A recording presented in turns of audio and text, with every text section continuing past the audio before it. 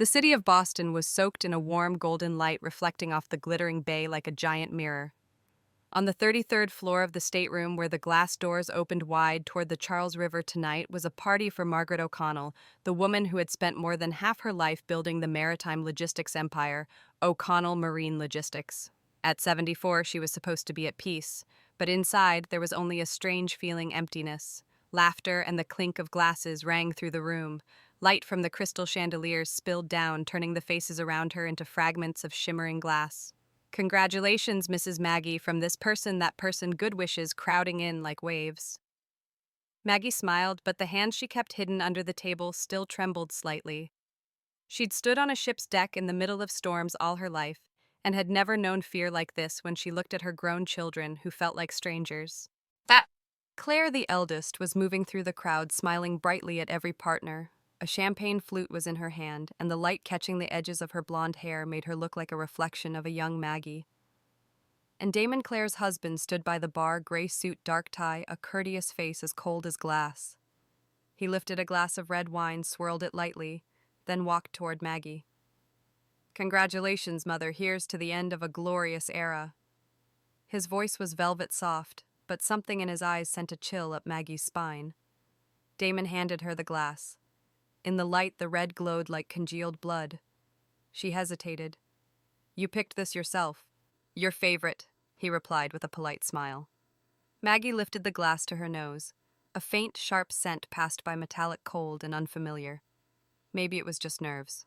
She nodded and took a small sip. The wine was rich, but something harsh and bitter was at the tip of her tongue. For some reason, she set the glass down. "Aren't you drinking?" Claire asked, sitting beside her, eyes shining. "No, I'm full." "Then I will," Claire said with an innocent laugh, raising the glass to her lips. Maggie didn't react in time. In that instant, laughter music and clinking glass blended as if the entire world were celebrating.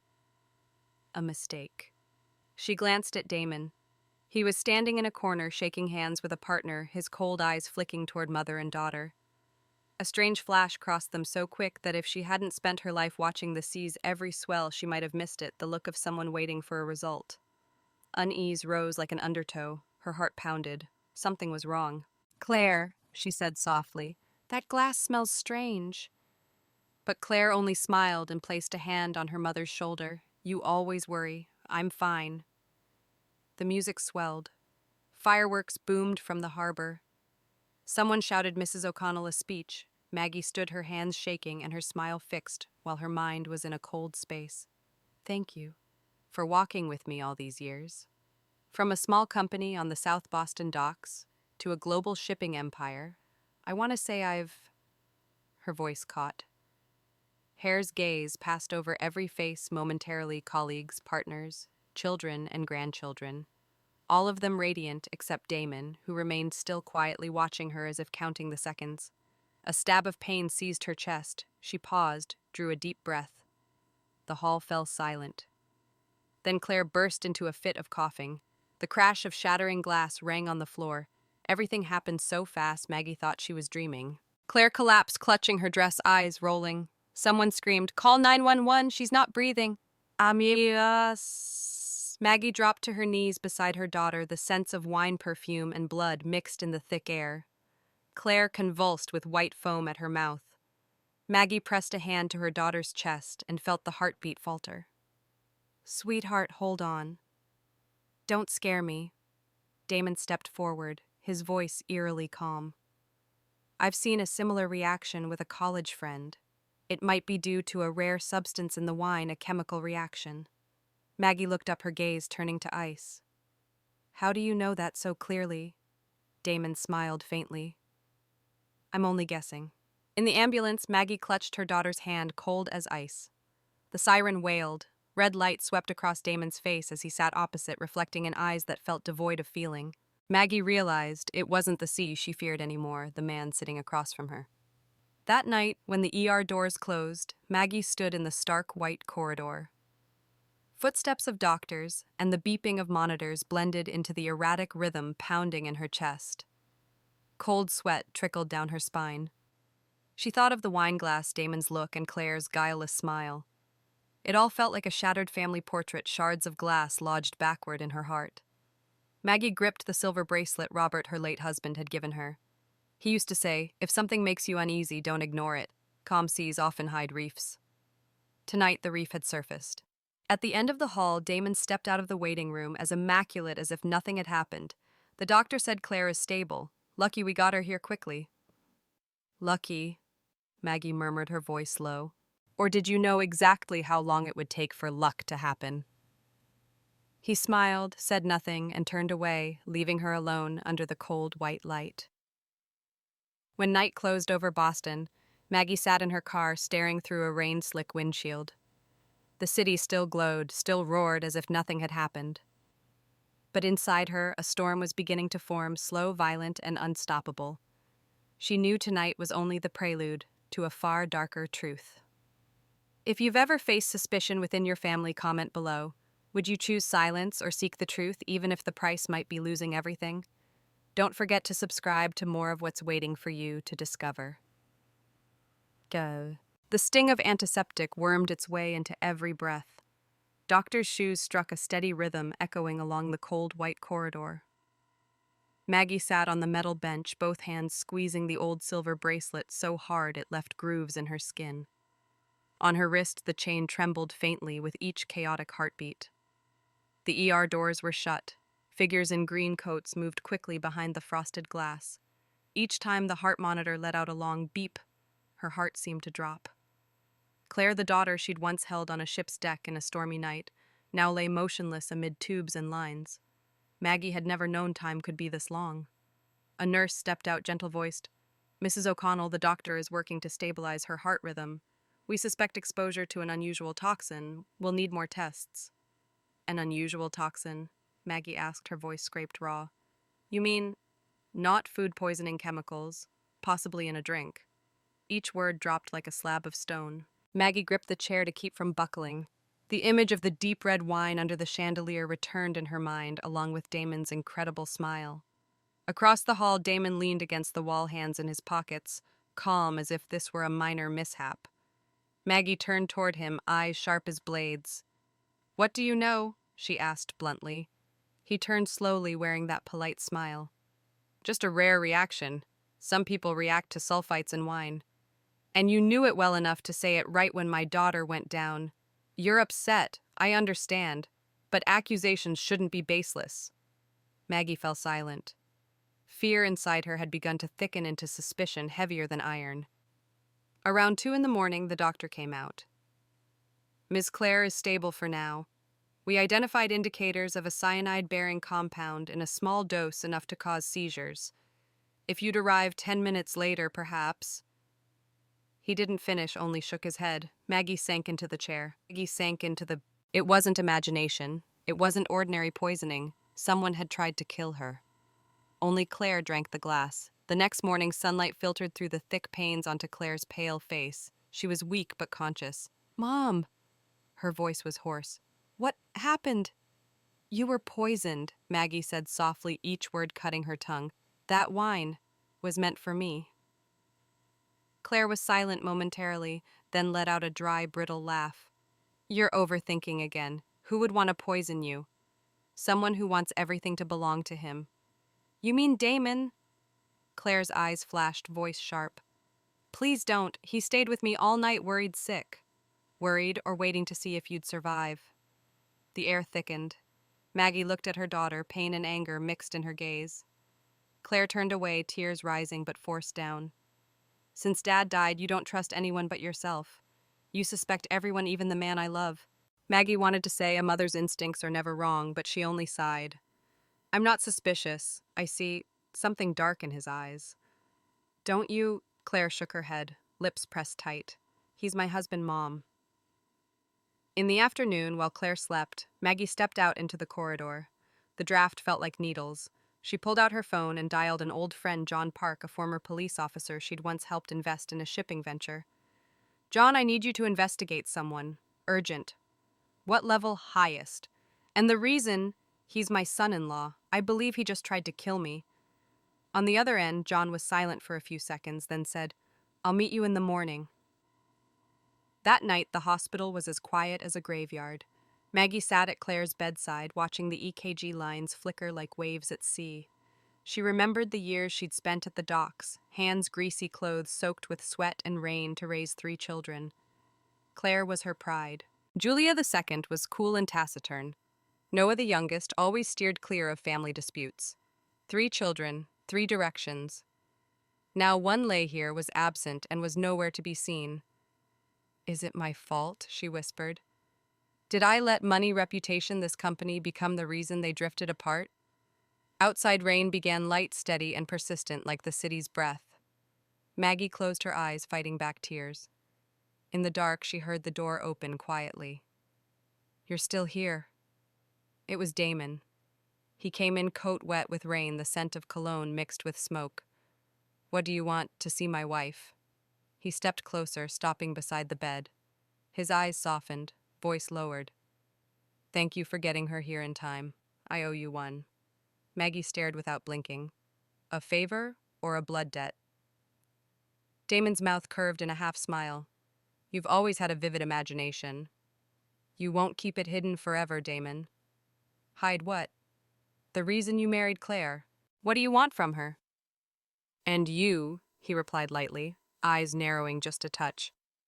"Are you sure you've never used anyone for this company?" The words stunned Maggie. Damon leaned down, tucked the blanket around Claire like a devoted husband, then walked out, leaving a scent like ice in his wake.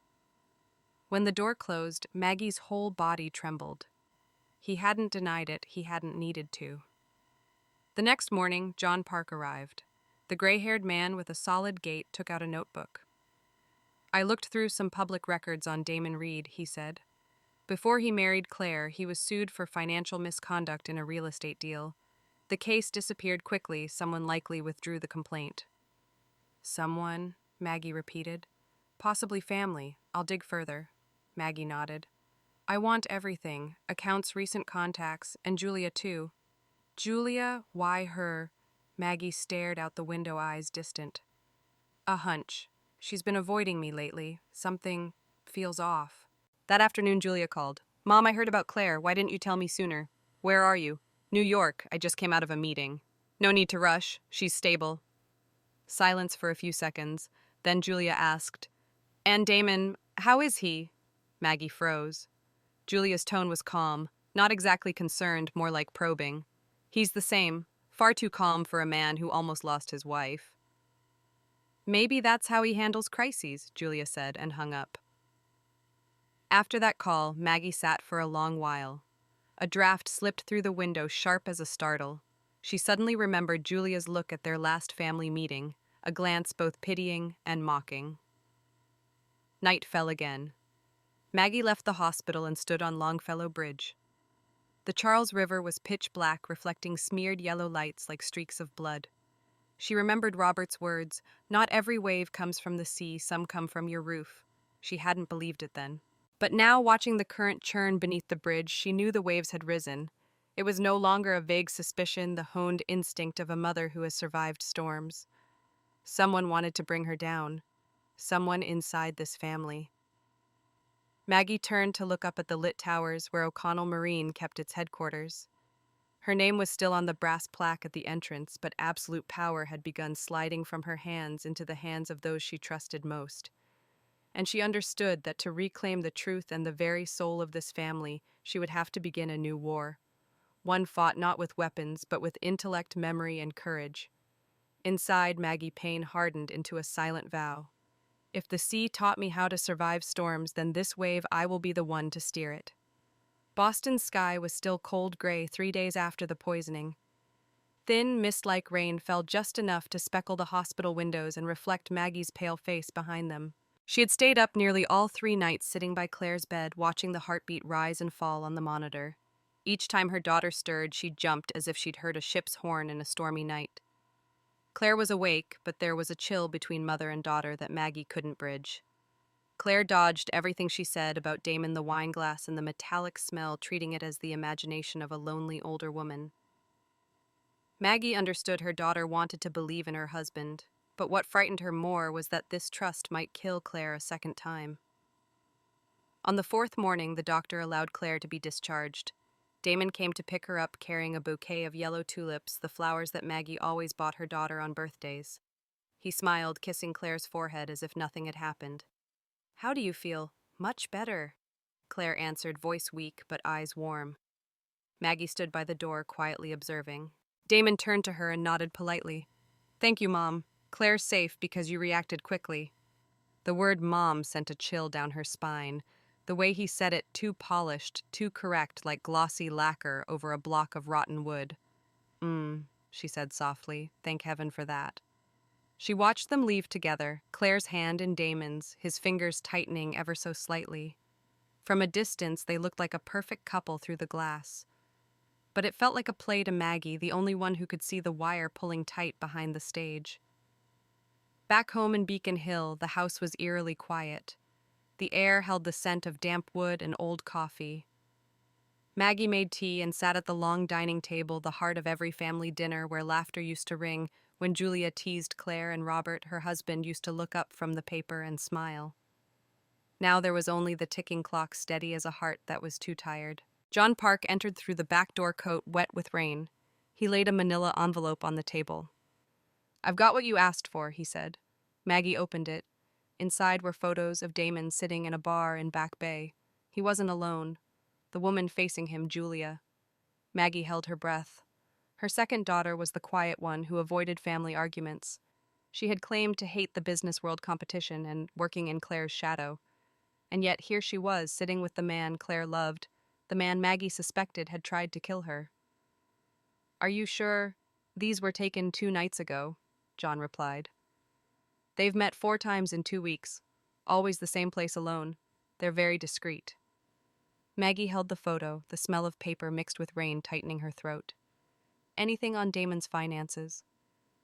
"Yes, I combed through Reed Holdings records. 3 days before the party, he withdrew a large sum, about $150,000 in cash. Destination unknown." Maggie let out a small laugh. There was no joy in it. "The destination is right inside my house, John." That evening she called Julia. "Are you free? I want to see you." "I'm busy, Mom." "Tomorrow night, then. I don't want to discuss this over the phone." Julia was quiet for a moment. "I understand." When the call ended, Maggie stared at the black screen. In the reflection, she saw herself. Eyes lined with fatigue, hair streaked with gray lips pressed thin. The woman in the glass had survived war, lost a husband, lost friends, and now likely was losing her children. The next morning, John texted, "I've confirmed it. Damon and Julia opened a joint account in Rhode Island with no less than $600K. Want me to dig deeper?" Maggie replied, "No, let me talk to her first." That evening, Julia arrived in a gray suit, hair in a high bun, a cold fragrance trailing behind. She entered the house like walking into an office, calm, cautious, distant. "You look tired," Julia said, pouring tea. "You should rest. Let Claire handle the company." "You still call it the company?" Maggie asked lightly. "Haven't you been quite interested in it lately?" Julia paused. "Who told you that?" "No one. Just a hunch." Julia smirked. "You always have hunches." The air thickened. Maggie slid a photo across the table. Julia glanced at it, set her cup down, and exhaled softly. "So it's about this." "Explain." "There's nothing to explain. Damon asked me to consult on a project. Strictly business." "What kind of business needs 4 evening meetings at a bar?" Julia lifted her gaze, eyes sharp as knives. "Because your company isn't a family anymore. It's a marketplace. And in a marketplace, people meet like that." The words stunned Maggie. She looked at her daughter and felt a wave of strangeness. "Do you hate your sister that much?" Julia gave a small laugh. "Hate, no. I'm just tired of standing behind her for 10 years. Claire has it all, the company, the reputation, your love. Me, I get the 'you're doing well too, Julia' crumbs. And you think Damon is the answer?" Julia lowered her gaze. Her voice softened, yet stayed cold. "Damon sees me. At least he knows I have value." When Julia left, the house fell into silence again. The rain outside grew heavier. Maggie sat alone for a long time. She didn't cry. She just listened to the dry, hollow tick of the clock. It felt like standing on a ship's deck in a storm wind, whipping her hair, salt burning her lips, and darkness all around. She realized something. If Damon had started this tragedy, Julia had lit the fuse. The next day, Maggie went to headquarters in the Seaport District. Employees looked at her with a mix of respect and unease. Rumors had spread about Claire's hospitalization about the rift in the O'Connell family. Claire was reading reports in the conference room, her face still tired. Damon stood beside her, hand on her chair, the posture of a sole protector. "Why are you here, Mom?" Claire asked, a trace of wariness in her voice. "I'm here to review some old ledgers." "No need, I've had them audited." "By whose team?" "Damon's recommendation," Claire said, glancing at her husband without meaning to. There was a beat of stillness. Damon smiled. "We only want to help you feel secure, Mrs. O'Connell." Maggie nodded, her voice strangely calm. "Thank you, Damon. But I feel most secure when I check things myself." She turned to the secretary and requested original records. Damon's brow tightened slightly, but he said nothing. To Maggie, his composure wasn't gentlemanly anymore. It was a carefully forged mask. That night, John sent another brief report, evidence that Damon met with an estate attorney about the power of attorney. He may be preparing to capture Claire's shares via POA. Julia also signed a separate contract with Reed Holdings last week. Maggie read with a lump in her throat. She understood things were slipping faster than she had imagined. The company, her children, her honor.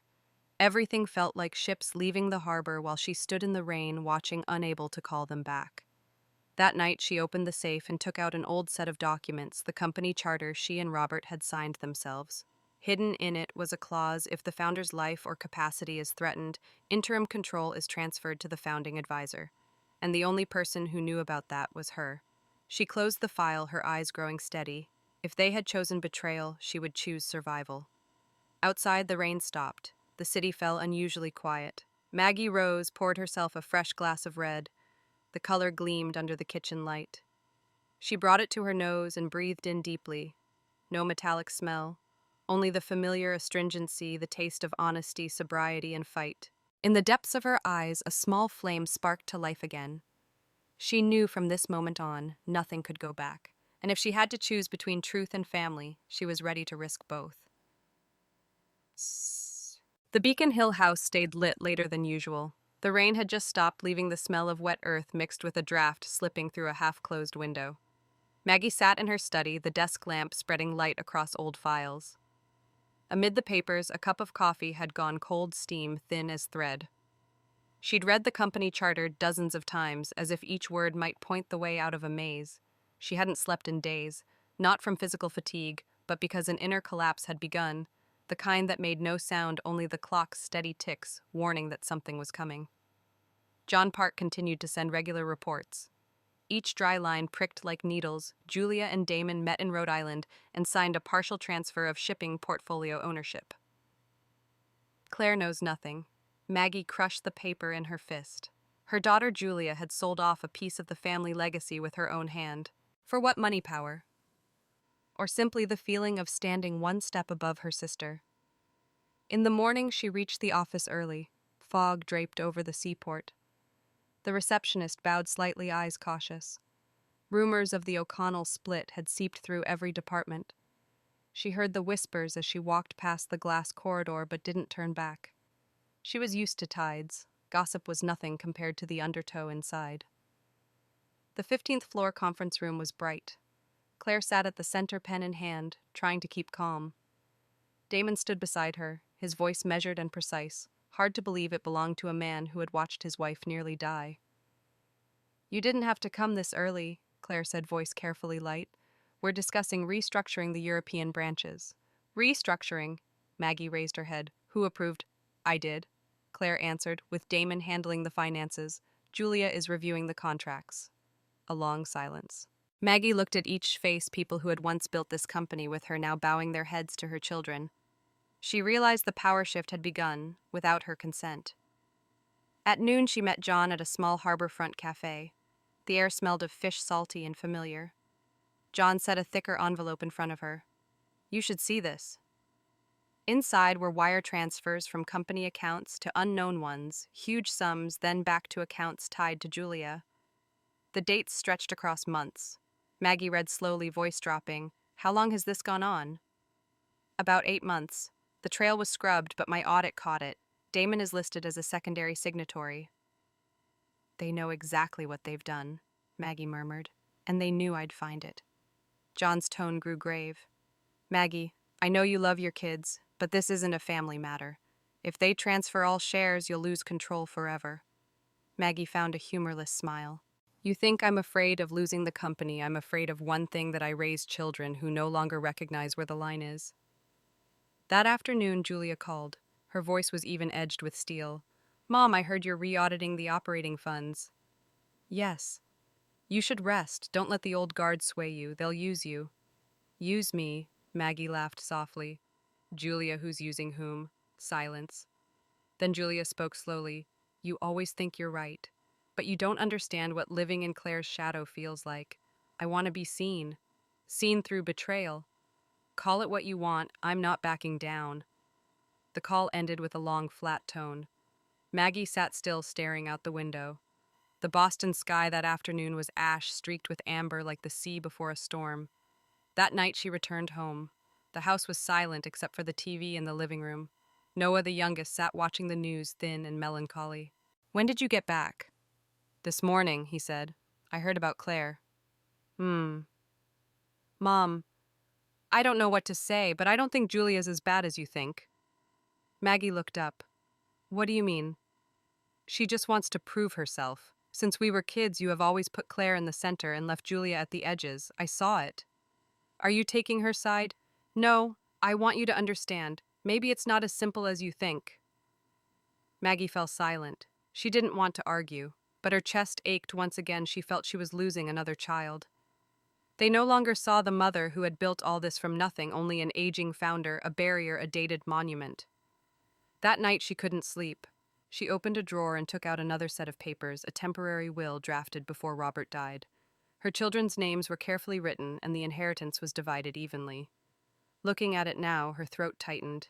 She lit a cigarette, the first since she was 40. Thin smoke curled up, wrapping the lamp's light. Robert, she said softly, if you were here, what would you do, seeing the kids like this? No one answered. Only the wind whistled through the window cracks, rattling an old picture frame. In it, Robert smiled, hand on 8-year-old Julia's shoulder. The child's smile in that photo had grown into a woman Maggie no longer recognized. The next morning, she went for a copy of the toxicology report. Chemical potassium cyanide. Source undetermined. Likelihood manual adulteration. A lab note read, similar traces can be found in deoxygenation compounds used with maritime cargo. Maggie went cold. That cargo was the product O'Connell Marine had begun shipping for a new client, the contract that Damon negotiated. Pieces in her mind began to click. Damon accessed the chemical from the shipment, and Julia funneled investment money. She opened a joint account. Claire was poisoned by mistake, and the two were preparing to seize the company by destroying Maggie's credibility. That evening, she met John at an old warehouse near the docks. Drizzle misted the air. The wind was salted.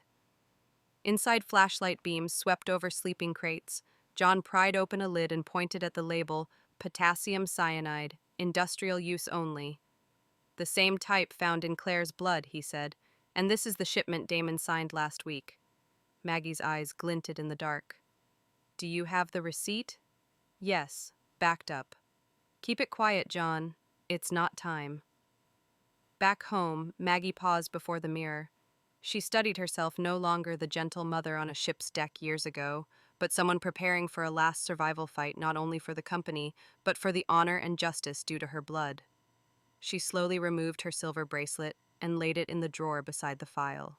That bracelet had been a symbol of love, happiness, and trust. Now it was only a witness to a time gone by. Outside, rain thickened. Maggie blew out the lamp. Darkness filled the room. She heard her own heartbeat in the silence, uneven but resolute. Tomorrow she would go to the company and face Damon, Julia, and all the others who once greeted her with bowed heads and now only watched silently. There would be no pleading, no tears, only a mother and one last wave rising within. Say. A fine rain fell over Boston, a gray curtain blurring the old rooftops of Beacon Hill. In the quiet kitchen, Maggie stood before the kettle, her hands trembling slightly. She hadn't slept at all, mind spinning with the scattered fragments of truth. On the table lay the file John Park had delivered yesterday, the first concrete proof that Damon used a cargo of potassium cyanide to poison her. But then there was Julia, the second daughter, the one Maggie no longer knew what to call traitor or a victim of her hunger to be seen. A drop from the kettle popped on the wood. It snapped her back. She couldn't just wait. Things were moving too fast, and if she didn't grip tight, the company and the family would vanish like smoke. At 7, Noah came downstairs. The jacket is dark, the hair is tousled, and the eyes are sleepy. "You haven't had breakfast." "Not hungry," Maggie rasped. "I'm going to HQ. Claire says there's an internal meeting. She wants me there." "About what?" "A new contract in Sweden. Damon says it'll help expand in Europe." Maggie's eyes dimmed. "Do you trust him, Noah?" He hesitated. "I don't know. Claire does. And honestly, since Julia left, everyone's been tense. I want peace." "Peace," Maggie repeated. "Sometimes peace is what we purchase with truth." Noah didn't fully understand. He bowed his head, silent. When he left, Maggie watched through the misted window. Rain slid down the glass like 1,000 falling memories. Around 10, a black car pulled up. John Park stepped out carrying a thick envelope. "New information," he said low. "I just got a copy of a power of attorney contract between Julia and Damon." Inside was a document granting Damon complete control of Julia's shares for temporary health reasons. Notarized, dated 2 weeks before the birthday celebration. Maggie stared at the words full authority. "She knew from the start," she whispered. "Julia knew what Damon planned for me. And let it happen." John watched her with pity. "What next?" "There's nothing else for it. They used law. I'll answer with law." She opened a drawer and took out the original company charter, the only document to reverse interim control if fraud or a threat to the founder's life was discovered. Besides this, the old company seal from the early days of Robert's lay on it. She ran a trembling finger along it and smiled faintly. "Robert," she whispered, "I don't need you to save me this time. I'll stand on my own." At noon, Maggie went to the company. The 15th floor corridor was bright, but the air had changed. Employees avoided her eyes as if afraid of getting caught in something beyond control. From the conference room, Damon's voice carried calm commanding with the chilly authority of a man seizing the center. "And starting next week, the Belgium and Sweden branches will be under the new finance team. We're restructuring for a strategic investor." Maggie opened the door. Everyone froze. Claire turned a flicker of surprise. "Mom, why?" "I need to talk," Maggie said, laying a packet on the table. "About how this company is being run by someone who wants to destroy it." The room went rigid. Damon gave a light smile, as polite as ever. "Mrs. O'Connell, I think you misunderstand. Everything follows proper procedure." "Yes," Maggie said, "but law leaves room for justice, and justice does not take the side of a poisoner." A chilling silence. Claire looked at her mother, lost. "Poisoner. What are you saying?" "Sweetheart, that glass at the party, it wasn't random. Your blood had cyanide, and that chemical came from the shipment Damon signed." Claire went pale, turning to her husband. Damon remained terrifyingly calm. "Do you have proof?" Maggie laid the toxicology report on the table along with the shipping contract. "Here's the evidence. And this," she drew out the final document, the company charter, "is what I'm invoking the founder's safeguard clause, effective immediately. My interim executive authority is restored until the investigation is complete." Whispers exploded.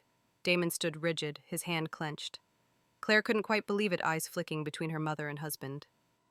"Mom, are you sure maybe someone framed Damon?" "Can't you see?" Maggie's tone hardened. "He's been using all of us." Damon exhaled softly, a crooked smile. "Touching. But you forget Julia is on my side. And to invoke that clause, you'll need more than one founding signature. Robert is dead." The words cut like a blade. All eyes turned to Maggie. She didn't flinch. She pulled a supplemental file from her bag. "You're right. However, in 2009, Robert left a validated e-signature for emergencies, and I retrieved the notarized copy this morning." She placed it on the table. The red seal shone like fresh blood. Damon froze. For the first time, confusion flickered in his eyes. He stepped back, voice rasping. "You think you've won?" "No," Maggie replied. "I've only just begun." The meeting ended in stunned silence. Claire followed her mother into the hall, her face white. "Why didn't you tell me sooner? If this is true, then I—" "It's not your fault," Maggie softened. "You only loved the wrong man." Claire burst into tears. Maggie held her no longer with softness, only the steadiness of someone who had survived too much loss. That night back home, the rain had stopped. A breeze from the bay stirred the curtains.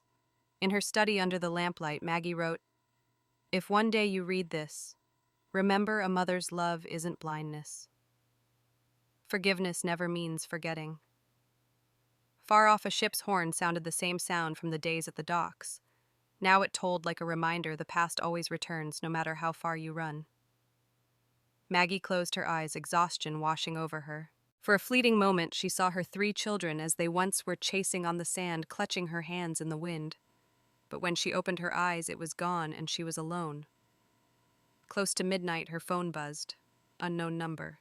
She answered, voice low. "Mrs. O'Connell." "Yes." "Someone just pulled the shipping records from archives, no name left. Thought you should know."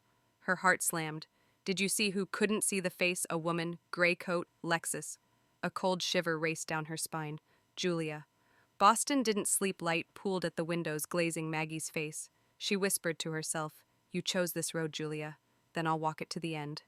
And that night the city was quiet. But in the stone house on Beacon Hill, another wave began to rise, not noisy, only steady enough to sweep away the last scraps of lies. The next morning, Boston hung heavy with water. Black clouds dragged across the bay like a soaked blanket. In the stone house on Beacon Hill, Maggie O'Connell sat at the dining table, eyes on the frayed edge of a white cloth. On the table, a steaming coffee, a folded newspaper, and a sealed letter bearing the company's mark. She knew the contents before opening it. Lawyer letters all share a smell, cold, dry, foreign. It was a formal notice suspending her from the board for internal allegations of management violations. Signed by Damon Reed, acting interim CEO, authorized by shareholder Julia O'Connell. She sat still, fingers trembling. Part of her had expected this, but seeing it in black and white was different, like her daughter had signed away her right to be a mother. At noon, a knock sounded. Claire stood there in a beige coat, face drained after sleepless nights. "Mom, I heard." "Heard what?" "About the suspension." Maggie nodded. "It's all right. We still have another route." "I don't understand. Why would Julia do this?" "Damon says it's temporary to stabilize the company." "You still believe him, Claire?" Claire was silent, eyes shimmering. "Mom, I'm exhausted. I don't want us to become enemies. Julia says you're obsessed, you can't let go." Maggie clenched her fists. "Let go, if that's what they want, they can take it. But they forgot one thing, real power isn't on paper. It's with the one who faces the truth." The words stunned Claire. She stood there a long time, then whispered, "Mom, whatever happens, I'm with you." "Don't promise," Maggie said, eyes on the thin rain. "When the lie runs deep, promises have no meaning." That afternoon, Noah called. His voice was taut, unsure. "Mom, they just changed the data management system. Julia says it's for security, but it's weird. Lots of files were moved off the server." Maggie stilled. "Which files?" "Maritime reports, especially the Swedish contract with Damon's signature. I tried to pull backups, but my access is revoked." She smiled sadly. "They've started cleaning their tracks." Noah's voice lowered. "Maybe Julia's being pressured. She doesn't look happy." Silence. Part of Maggie wanted to believe that Julia caught in a web she didn't control. But reason said someone who signs a power of attorney isn't coerced, she's committed. "Stay put, Noah," she said gently. "From here on, I'll do the rest." That evening, Maggie drove to Rhode Island. Rain streaked the windshield like leaking veins of light. She met John Park at a small harbor law office. "Are you sure?" he asked. "I have no choice." He placed a file on the table. "A draft complaint to Boston PD, attempted poisoning and financial fraud. Once we file, secrecy's gone. The press will swarm." "I know." She stared out the window. "I spent a lifetime avoiding storms. Now that one's here, I'm not afraid." John studied her silver hair, gaunt face, eyes brighter than ever. "You know," he said slowly, "some people are strongest when they've nothing left to lose." "No," Maggie whispered. "I still have something. I have the truth, and that's the one thing they can't steal." Near midnight, the house was dark in Boston, but for the study lamp. Maggie opened an old album. The first page is about the family on the docks. Claire is in a white dress, Julia beaming. Noah is clutching his father. Robert is in the middle, his hand on Maggie's shoulder, a simple photo filled with light. Now she saw it clearly that light wasn't happiness but faith, and she had misplaced it in work prestige, and at times in children she thought she knew. Snow began to fall by morning. Maggie returned to the office once more. Staff looked away. Some bowed, half in respect, half in fear. Outside the conference room, she ran into Julia, black suit, face like ice. "Why are you here? The board has decided." "I'm not here to argue," Maggie said calmly. "I'm here to see you one last time in this role." Julia froze. Their eyes met, one cold, one weary. "Do you hate me that much?" Silence. "Then I don't hate you. I hate being dismissed. You never believed I could do anything without Claire." "Believe?" Maggie pressed her lips together. "I believed in you since your first little plan on paper. But belief isn't the same as handing over the wheel. Do you know why? Because you're afraid. No, because I see myself in you, ambitious, stubborn, and unable to stop. I paid for that my whole life. I'm afraid you'll become me." Julia bit her lip and turned away. "I don't need a sermon. Different times, Mother." "Yes," Maggie whispered, "but human hearts don't change. Ambition feeds on blood." Julia left without another word. As the door closed, something collapsed inside Maggie, not anger, but the grief of a mother who knows she has truly lost her child. That night, Maggie's phone rang, unknown number. A young man's voice. "Mrs. O'Connell, I'm a tech at the data vault. You should see this." They met at a small cafe downtown. He handed her a USB. "An old backup from the disaster recovery server. Some deletions from 2 weeks ago include surveillance video from the inspection room the night before the party." Maggie's eyes brightened. "Have you watched it? Glanced at it? Someone poured something into the wine cask before it went to the venue? Camera's grainy, but it's a small woman in a gray coat." Maggie gripped the USB, her pulse pounding. Gray coat Julia's usual. At midnight, she went home again and plugged it in. The image was blurry but clear enough. A woman enters the warehouse, looks around, pulls a dropper, and pours a liquid into the oak cask. She raises her head for a second, light catches her cheekbone. Julia. Maggie recoiled, hand over her mouth. Her whole body shook. Every excuse, every hope that Julia had been coerced, dissolved. She slid to the floor, staring at the screen, tears falling without sound. In the shock, memories surged. Julia as a little girl, bringing lunch to the docks, hugging her when Robert died, saying, "I will never hurt you." And now she had done the opposite, cold, deliberate, without remorse. Maggie snapped the laptop shut. There were no more tears, only the terrible stillness of someone who knows exactly who her enemy is. Not Damon, not an outsider, but the flesh of her flesh. She looked at the window streetlight filtering through the curtains, a shadow like a figure in the rain. "You've chosen," she whispered, voice breaking, "and so will I." In that instant, the last wall inside a mother's heart fell. No love could save this. Only a reckoning between blood and truth. Boston had settled into a pale, cold rhythm. For 3 straight mornings, Maggie woke to the same sound, rain tapping the window, like someone politely asking to be let back into her life. She couldn't sleep. She closed her eyes and saw Julia's face on the surveillance video. At that moment, her daughter looked up at the camera, not frightened, not desperate, just calm. She spent the day in the attic sorting boxes that smelled of dust and sea salt. Receipts, ledgers, photographs, pieces of a life measured in sacrifice. Then she found a small sealed envelope with Julia written in Robert's handwriting.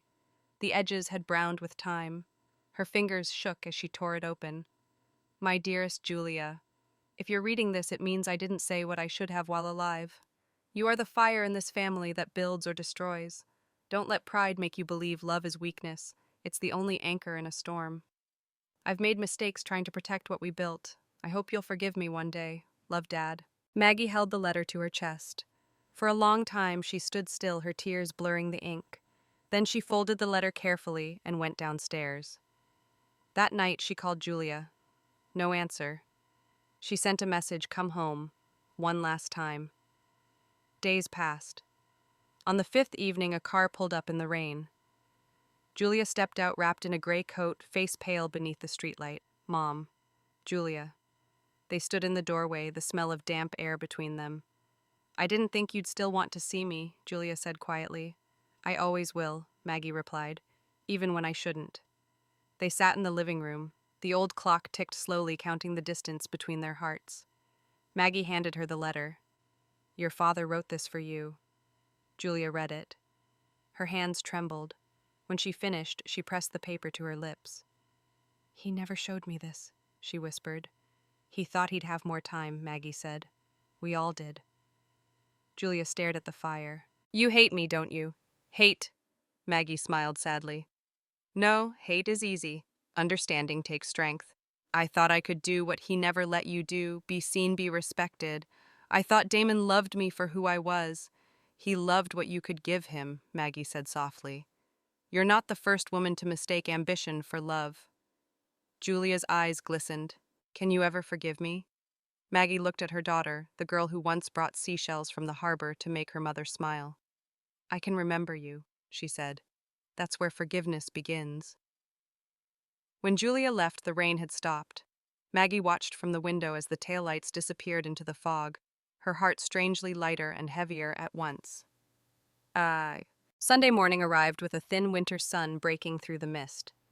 The smell of coffee filled the kitchen when the doorbell rang. Maggie opened the door to find Noah standing there, taller now, his brown hair streaked with gray at the edges, holding a bouquet of daisies. "Mom," he said with a shy smile, "you look beautiful." She laughed softly. "Beautiful is generous. Let's call it alive." He stepped inside. The house felt warmer instantly. "It's different," he said, looking around. "It's learning to breathe again," she replied. They sat by the window where the light touched the worn wood of the table. Noah handed her an envelope.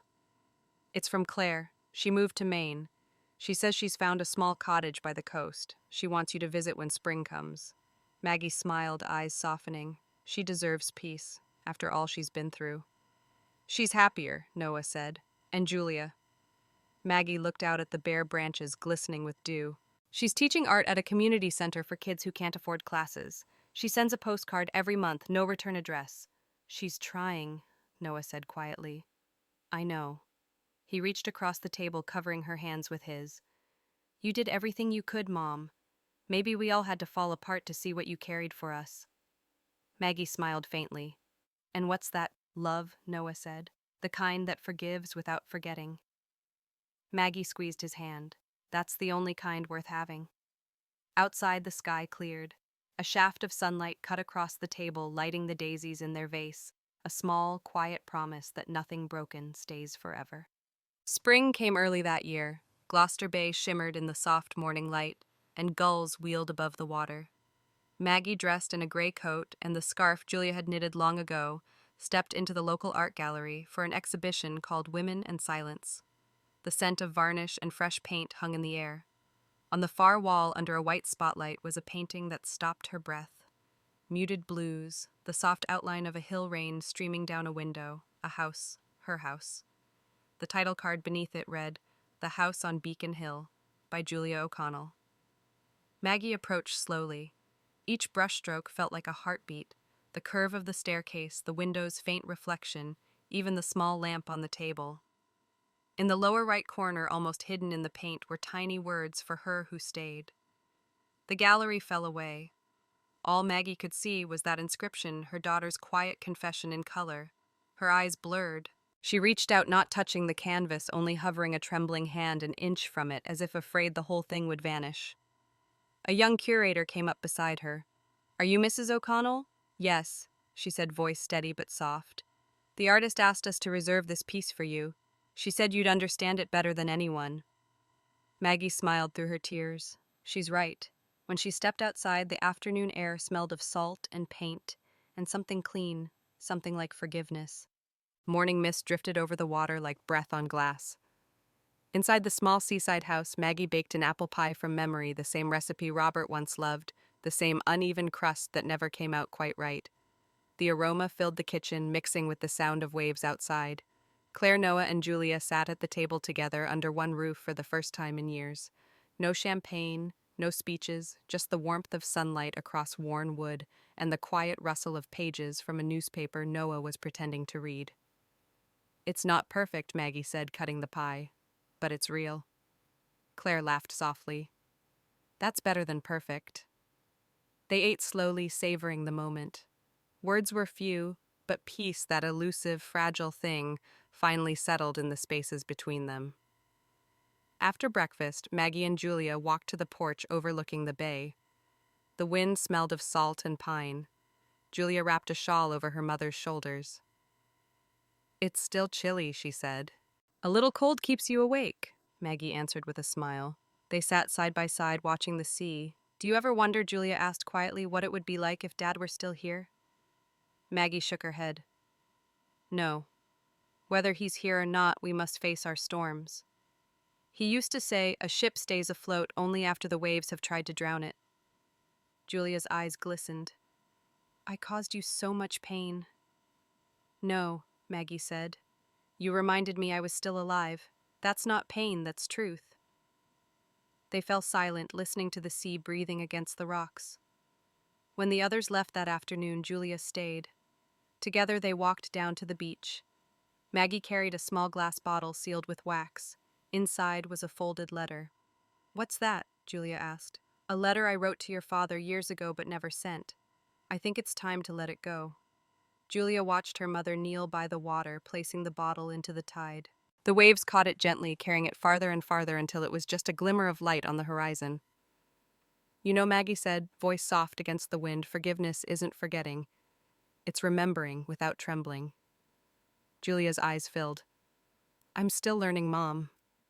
"So am I," Maggie replied. They returned home as dusk painted the sky in silver and rose. Maggie sat by her desk, opened a new blue notebook, and wrote, "Today Julia taught art to children at the community center. I watched her through the glass, her hands steady, her smile quiet. Maybe peace doesn't mean calm seas. Perhaps it means we've stopped waiting for storms." She closed the notebook, her hands still. Outside, the first stars appeared. Later, Julia came in smelling of paint and sea air. "Mom," she said softly, "the kids asked why all my oceans are gray. I told them that sadness doesn't disappear but changes color." Maggie looked up, eyes shining. "You finally understand. Even sorrow has its own kind of beauty." They sat together, the tide murmuring below the cliffs. The lamp cast a warm pool of light over them, two women who had walked through fire and come out whole. Before dawn, Maggie woke early. She opened the door and stepped onto the porch. The sky was pale gold, the sea calm and endless. She whispered into the wind as if to Robert, "You see, my love? The sea still sings. No matter how many ships go down, it never stops." A smile touched her lips, quiet, steady, free. And as the first sunlight broke over Gloucester Bay, Maggie O'Connell finally understood forgiveness was never the end. It was the beginning of a gentler, more accurate way to live.